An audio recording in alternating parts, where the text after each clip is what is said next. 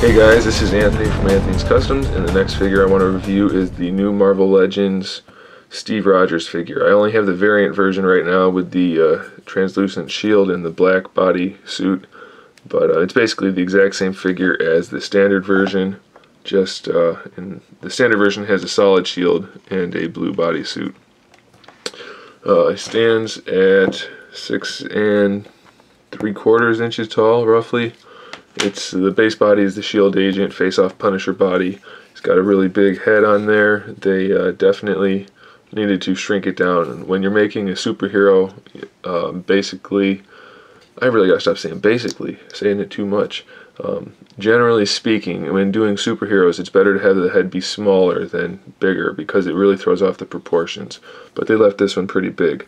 They also made him look really old. Looks more like I don't know, like a guy in his 40s maybe, instead of a young guy that Steve Rogers is. So, even though it's a really good sculpt and the paintwork's nice, it just really doesn't look like Steve Rogers, so it's a big letdown. It has the disc joint in there and the rotation. Standard ball joint shoulders that do not have the star on there, so that's not good. It needs to have the star. He's supposed to have the star. He doesn't have the star. It doesn't have the white line going down the arm either. Full articulation though, bicep swivel, double jointed elbows, wrist rotation, which is fine, but it's painted black there. This is molded black, doesn't match, and you can see skin color in there, so it's really kind of ugly. There's no articulation in the hands at all. The sculpt is good and the paintwork is good, aside from the fact that there's no paint on the buckle. So, not counting the buckle, I like the hands except for the fact that there's no articulation, so you can't make a fist. And Steve Rogers isn't known for using guns really, so it's kind of a problem.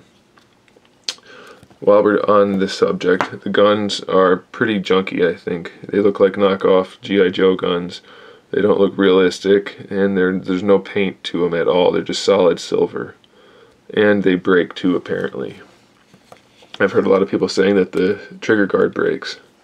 He has the ab crunch in here.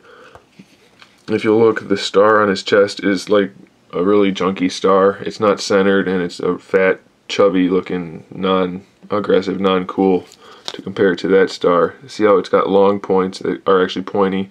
His chest is kind of a stubby little one. It just doesn't look good.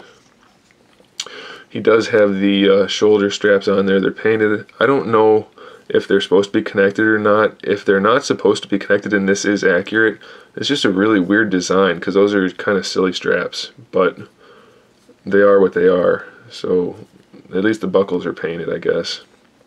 I want to also mention there's no shading on the black, so that's another letdown.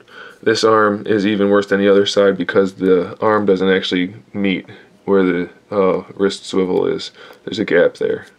And it's not just on mine, I've seen it on other people's as well. So there's lots of skin showing, and it just doesn't look good. His belt is free floating, it's not connected, although it looks pretty good at first glance. There's really no paint on it other than the buckle. There's no strap paint, there's no little clips or anything. It's all just solid brown, so that's a letdown as well. He's got the wide jointed hip joints. I forgot to mention, it does have a waist twist. So wide joint for the hips, thigh swivel built in, double jointed knee, and the ankle has a pivot and a swivel. At least they painted the buckles on the boots, but there's still no shading otherwise. The straps are all the same color as everything else. The boots are solid black. There's no paintwork on the laces or on the soles. They're just solid glossy black. Sculpt is okay, but there's not really much paintwork at all. The Marvel Universe version of this figure is easily more effectively produced. It looks much nicer overall, and this figure is just a major letdown for being Steve Rogers. They really should have spent some time on it, gave him a better star that wasn't off-centered, and put the stars on the shoulders, the stripes on the arms, some paint on the straps, better hands, better wrist joint there. The head's too big and ugly, and these are pretty ugly even though they do have the buckles painted. They're still just kind of bad looking. The shield is nice though. It's a nice solid plastic. The translucent version, which obviously this is done well, so I'm okay with that.